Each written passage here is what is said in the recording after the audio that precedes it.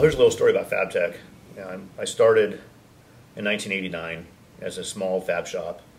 It was a 1,000 square foot building I moved into with a little bit of equipment.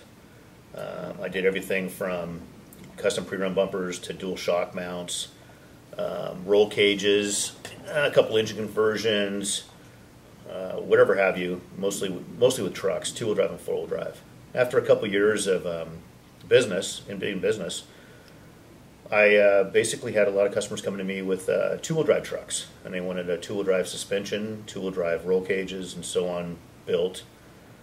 No one really was in the industry building anything that had to do with two-wheel drives, so I basically took in a Toyota truck or a Ranger at that time, and I'd build a cage for the customer, A-arms, strut frames, shock hoops, whatever have you, and put some travel into the vehicle so the person can go out and use it off-road. What I found was basically a lot of the younger generation couldn't afford the four-wheel drives, especially with the insurance and so on and the price of the truck. So they'd buy the two-wheel drive trucks, and then they'd want to lift it like a four-wheel drive, and they couldn't find anybody that really had anything for that vehicle. So after a year or so goes by, I find that I'm having nothing but customers left and right come in and have custom work done. So I basically started fixturing some suspension systems I had designed for the two-wheel drive truck, and it was anywhere from a Toyota to a Ranger to an F-150, Chevy half-ton pickups, and so on.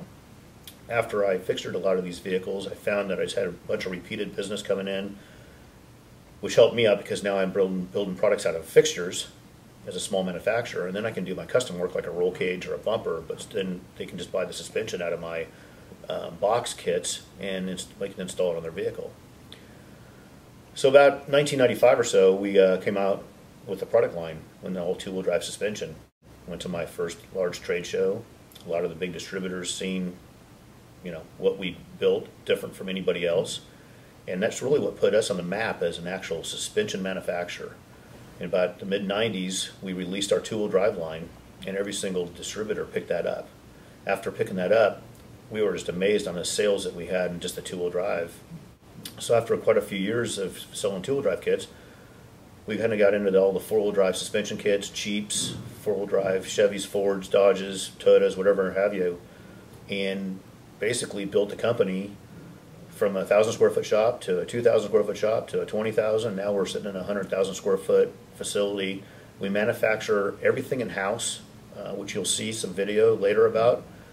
Unlike a lot of other suspension manufacturers, there's a few out there that do manufacture, but a lot of them do not. We do everything in-house here, and we have better quality control with that. We can actually bring products to the market quicker. We do all of our R&D in-house. So basically, this company is basically built just like it was in the early days. I'm still a hands-on person. I'm out in the shop with the guys manufacturing, out with the R&D guys. We have a great crew here.